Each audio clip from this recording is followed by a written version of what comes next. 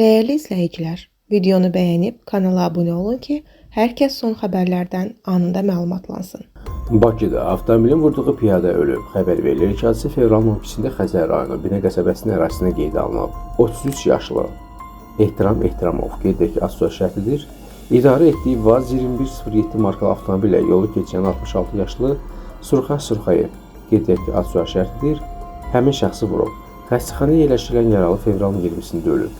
Araşdırma aparılır. Ağstafada fermada kişi meyidi aşkarlanıb. Xəbər verilir ki, Xəzər rayonunun Poylu qəsəbəsində qeydə alınıb. Rayon sakini 1982-ci il təvəllüdlü kişi cinsi şəxsin meyidi çoban işlədiyi fermada tapılıb. Hadisə yerinə polis və prokurorluq əməkdaşları cəlb edilib. Faktla bağlı araşdırma aparılır.